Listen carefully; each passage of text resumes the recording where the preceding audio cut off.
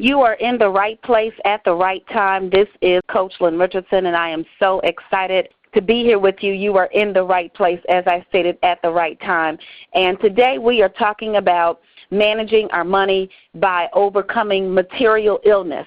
We've been talking all year about different topics that will propel us to the next level. We talked about managing our money by managing people. We talked about managing money by managing expectations. What is it that we are expecting in life?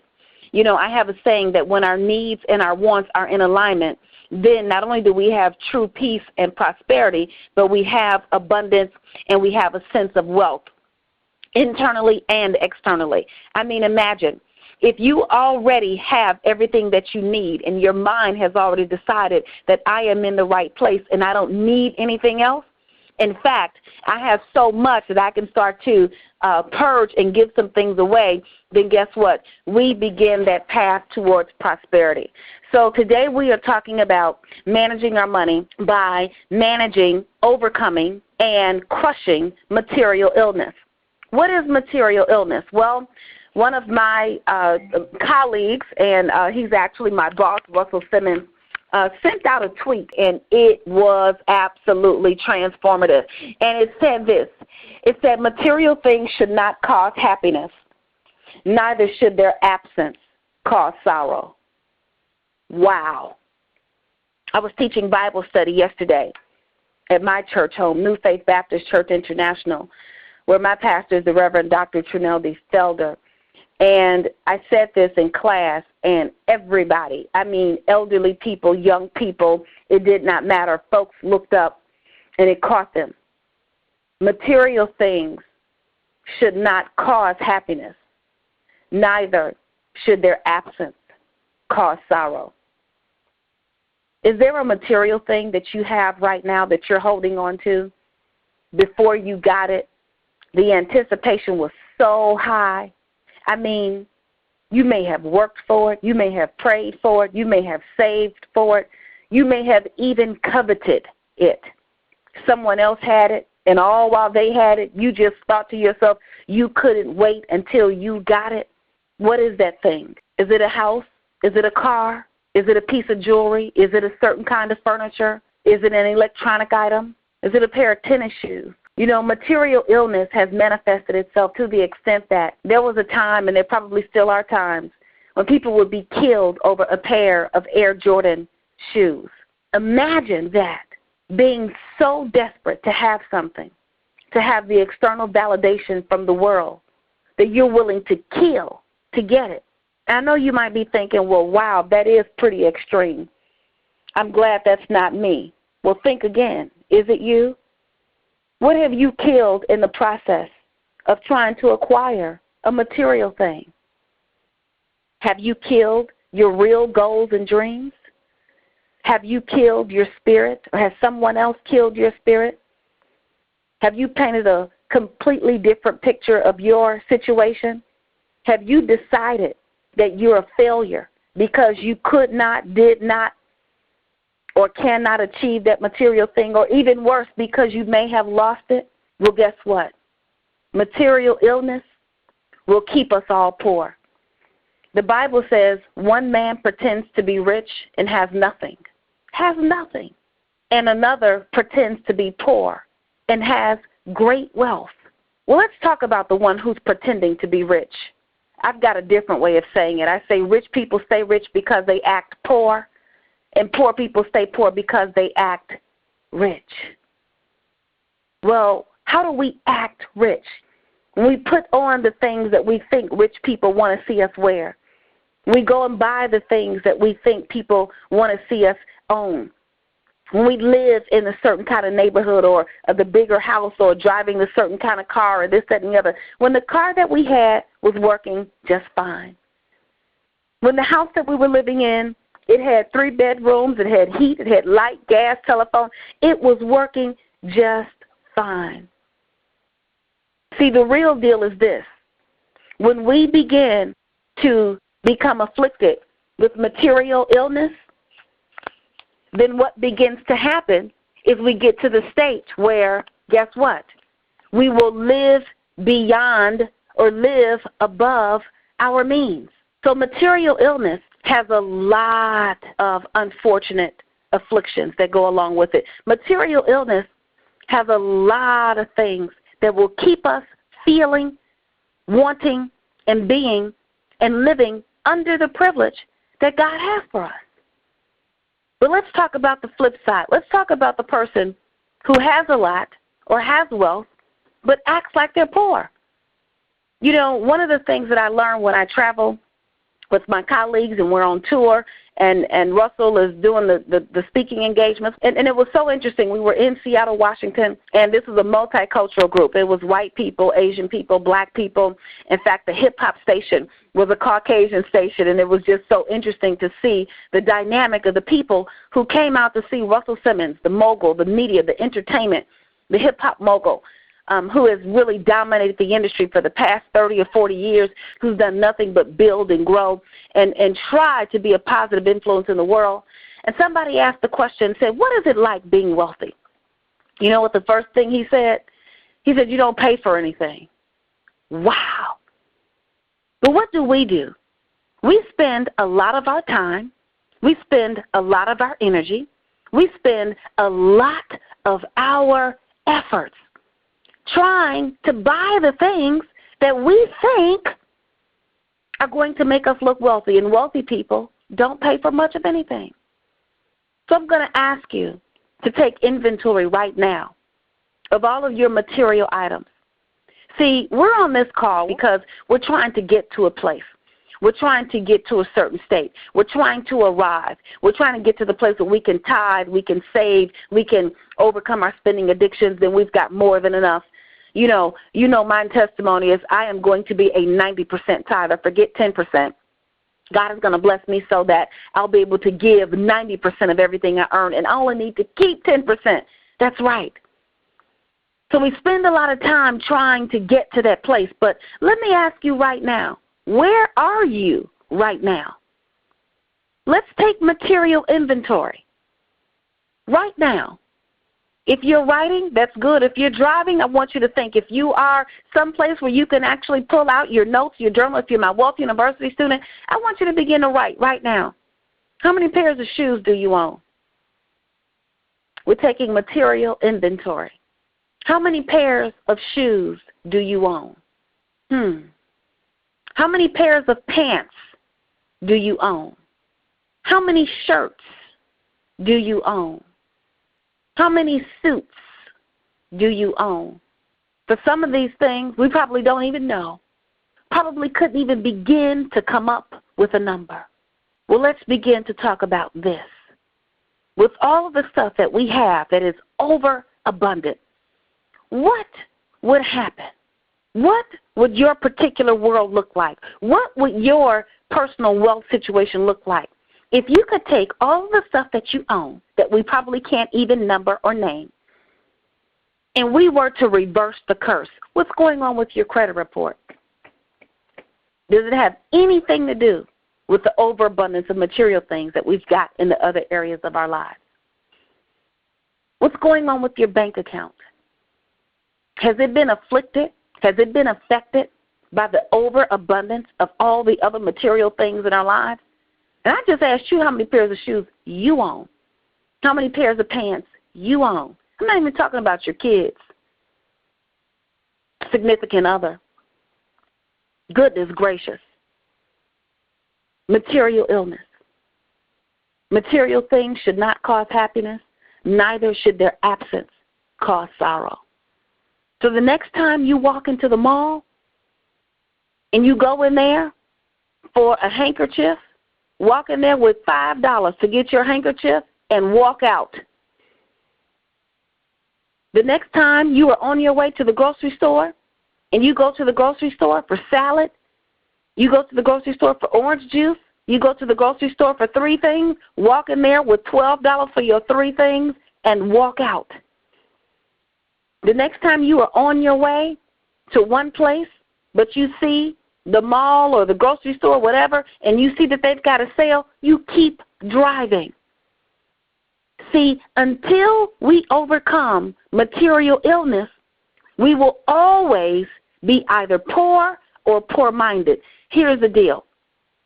The world is filled with broke-minded, desperate, and unhappy millionaires. So more money doesn't solve a money problem. Neither does more money cure material illness.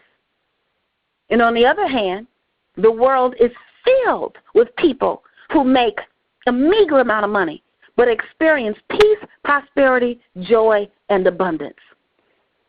So I know that for you, Wealth University, getting to the next step, overcoming the past, overcoming the mistakes, overcoming some of the things that we've done, I know that this is about a process, walking every day. And when am I going to get it? Well, the cure to material illness is understanding and knowing that you have everything that you need right now. You have everything that you need. You don't need anything. Not any one of us. Everybody who is under the sound of my voice right now, each and every one of us, we don't have any true needs. We're fed. We're safe. For the most part, we're healthy, or at least we're healthy enough to be on this phone listening. We don't have any needs. So let's start moving out of the place. See, I got to the place where I stopped praying for what I needed or what I thought I needed. God, give me a such and such. God, send me this. God, do this specific thing for me. God, I got to the place where I stopped asking for that stuff, and I just simply said, I'm your puppet. Please, God, use me for what you created me for. Imagine this. If you're creating something and you need to use it, let's just say you're going to crochet a blanket, and it's cold in your house, and you want to make sure this blanket is going to keep you warm. You're going to put everything in this blanket so that it can do what you're creating it to do. Well, don't you think God thought more of us than we would think of a blanket? When He created you, He gave you everything that you needed so that you could do what He wanted you to do. So it's already there. It's already inside of you. It's already present, and you really, truly have no needs. Material illness. Material things should not cause happiness. Neither should their absence cause sorrow. Think about some of the things that you have right now. And if their absence would cause you sorrow, if you know that in your gut, if you know that in your spirit, if you know that in your mind, that their absence would cause you sorrow, then that's an area that we need to address. Yes, up to and including even your home. I've been there, done that, faced with foreclosure. You know, house is upside down. Mortgage company didn't want to refinance. Guess what? They didn't want to refinance it, and they're a multi-billion-dollar company because it wasn't worth what I paid for it. It wasn't worth what I owed them. And guess what? I was at the place. See, bricks mean nothing to me. I can get a new set of bricks. But my mind, my mental stability, my health, my emotional stability, what I believe about myself, but more importantly, what I believe about God, is way more important than a bunch of bricks. We talked about living in the now for those who are my clients, and last month our coaching was all about living in the now. Living in the now has a connotation that if you are able to live in the now, just walk today in the present. Walk in your present situation, not worry about tomorrow, not worry about yesterday, but live 100% for today. Well, that's a connotation that everything is hunky-dory, everything is rosy, everything is peachy keen. Maybe you're kicking some sand on the beach. Yeah, living in the now is about a state of joy, but living in the now also means embracing the pain of what you may have to give up. Living in the now means, let's just say, for example, they're about to come take your car that you cannot afford. See, here's the deal. Material illness is all based on a lie, right? And how many of us have ever gotten stressed out over something that they were going to come and get? Let's just say it's a car. Maybe you've never gone through a car repossession, or maybe you've never experienced, or maybe they never threatened you. Maybe yourself. But the person who's about to have their car taken, they're scared, they're hiding it. The truth is you can't afford it because you didn't pay the bill. Period. The end. Living in the now means you embrace, I can't afford this, I couldn't pay the bill. Doesn't matter who got sick, doesn't matter that I lost a job, doesn't matter that all those things. Bottom line is I don't have the money to pay the bill. Or even worse, I had the money and I did some other things with it. Ooh, that hurts. Either way, where I am right now is I need to embrace this situation. I need to move through. Let them come and get the car. Everybody that I know who has ever let them just come and take the car felt joy and peace after it was gone anyway. So here's the real truth about material illness. The threat of something being gone that you think you love, that you think has given you value, that you think gives you worth, that you think shows the world that you arrived, the threat of it leaving is often much worse than the actual reality of it being gone, which lets you know that its presence in your life created a false sense of security in the first place. So, if you want to be wealthy, you want to start right where you are, tithing is a struggle, saving is a struggle, tracking your spending. All of the things that you're doing with me, if you're my client in Wealth University, or if you're my coaching client, or whatever the case may be, or if we are doing private one-on-one sessions together, whatever it is, all of those things that are a struggle, guess what? The struggle will not be over as long as we stay attached to the material things of this world. So when you hear me speak and I'm at an event or an engagement, I'm talking to 2,000 people, whatever the case, 220, and I say I'm disconnected from dollar signs, it means dollars don't move me. When I've got more than enough of them or not enough of them, doesn't matter. I'm not moved either way. I'm still Lynn Richardson. I'm still the person that God has created me to be. Now, because of that, what I realize now is now I get a whole lot of things that other people wish they had. Drive a Mercedes for free, all these other kind of things, this, that, and the other. Mortgage got modified, all of these things. But guess what? In order for you to be cured of material illness, first you've got to have faith. Let me tell you something about faith. Hebrews says faith is the substance of things hoped for and the evidence of things not seen. It's the evidence. What is evidence? Evidence is hardcore proof. Evidence is justification. Evidence is something has happened and here's the proof that it's taking place. That's evidence. Well, faith is the substance of things hoped for and the evidence of things not seen. So faith is evidence. It says faith is the evidence. Well, guess what? It hasn't happened yet. So how could it be evidence? How could it be a fact? How could it be proof if it hasn't happened yet? That's exactly what faith is. See, it's your faith that's going to get you out of the mindset of poverty. It's your faith that's going to propel you into abundance. It is your faith that's going to allow you to operate by the 10, 10, 30, 50 consistently. Or if you are my private coaching client, some of you all don't have a 10, 10, 30, 50. Some people have to put on a 10, 10, 10. They only get 10% for incidentals. And then they've got 70% for their bills or whatever the case may be. But it is your faith. See, faith is what you have before you get the thing, but you already know you got it. That's what I'm talking about. So, as you begin to understand whether you've been afflicted with material illness, guess what? Go on and admit it. It's okay. You got some stuff right now. You were praying for that car. The Benz, the Lexus, the Chevy, the Toyota, I don't care what it is. You drive around and people show up and you roll up. People say, ooh, that look good on you. But when you park it in your driveway, you still got to go in the house and face yourself. that house that everybody talked about. Oh, my goodness, oh, you guys did this, and then I don't care how big it is. Russell says you can only sit your butt in one room at a time. And let's not even talk about the material things that we plagued, yes, we have plagued our children with, the promises. If you do this, I'll get you that. If you do this, my children get straight A's. My 15-year-old is going to Harvard. This summer she got selected from a few high school students from around the world. So this summer she'll be taking Harvard classes with Harvard students for Harvard credit.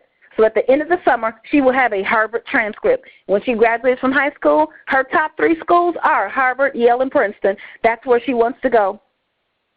Her counselor, one of her teachers at school, said, well, aren't you going to apply to a safe school? She said, those schools are safe for me. The girl is a math genius. She's taking calculus at the age of 15, straight A student, all of those things. Guess what? When she gets straight A's, you know what her gift is? You know what her material reward is? The peace and the joy of knowing that she did the best that she could. That's what her promise is. My children don't get $1 for getting an A. My children don't get a new pair of shoes for getting good grades. You're doing what you're supposed to do. See, when a material thing can provoke a certain action, or even worse, when a material thing can take away the behavior or the action that we want, guess what? We've been afflicted with material illness.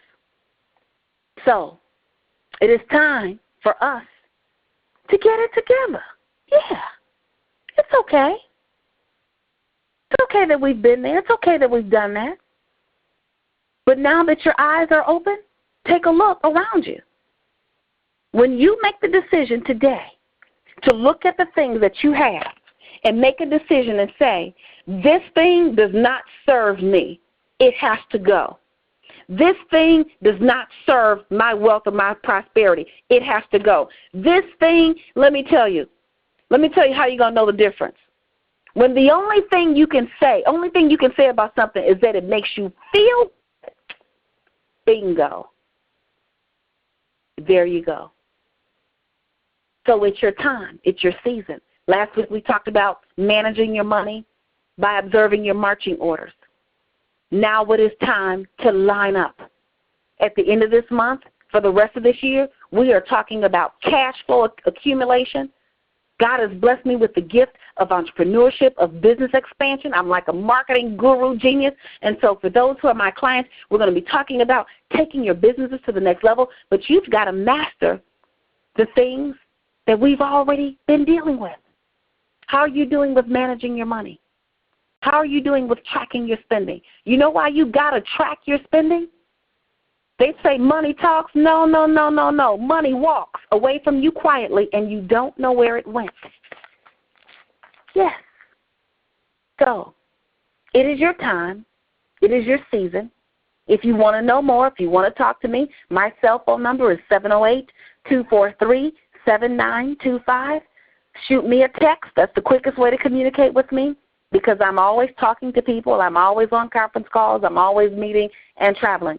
So if you want a quick answer, and sometimes I can give you a long answer, text me or email me, coach@lynnrichardson.com. Material things should not cause happiness, neither should their absence cause sorrow.